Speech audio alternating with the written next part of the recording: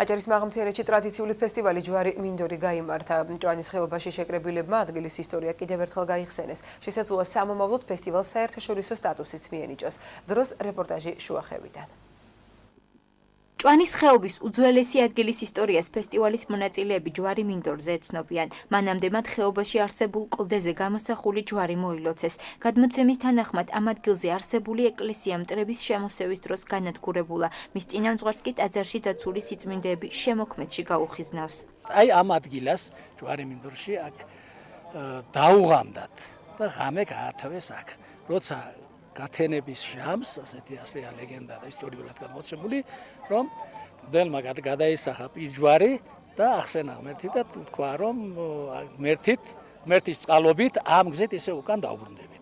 ფესტივალი, რომელიც 4 წელს ითვლის, მიზნად ისახავს ისტორიულ-კულტურული ძეგლების დათვალიერებასა და აჭარის მაღალმთიანეთის ტურისტული პოტენციალის გაცნობას. საზოგადოება ჭვანილში აცხადებენ, რომ ჯვარი მინდორის ტერიტორია მისი უნიკალური ფლორისა და ფაუნის გათვალისწინებით სამომავლოდ შესაძლოა დაცულ ტერიტორიად გამოცხადდეს. უნდა აღნიშნოს, რომ წლევანდელი ფესტივალი ჩატარდა შუახევის მუნიციპალიტეტის მხარდაჭერით და მათი ორგანიზებით. ჩვენ უნდა აღნიშნოთ ის, რომ ეს ფესტივალი არის ფოლკლორული ფესტივალი. ფესტივალი მიზნად ისახავს აღნიშნული ტერიტორიის დაცულ ტერიტორიად გამოცხადებას. სახალხო ზეიმი საზოგადოება ჭვანელს ადგილობრივი ხელისუფლებისა და აჭარის მთავრობის წარმომადგენლებთან ერთად გურიდან ჩამოსულმა სტუმრებმაც მიულოცეს. მონაწილეებს კი ფესტივალის ფარგლებში სპეციალური დიპლომები გადაეცათ.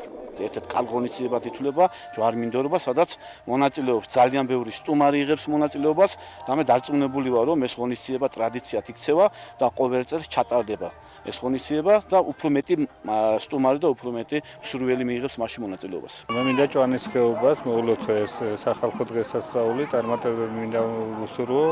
ვიცი რომ მეოთხეჯერ ჭარდება ეს დღესასწაული და მინდა რომ დაანდითხანს გაგრძელებული იყოს და წარმატებები და ყველაფერი საუკეთესო მინდა მიცეს ჩემს ჭვანის ხეობას და მთელ მთლიან შუახევს. კარგი ფესტივალია.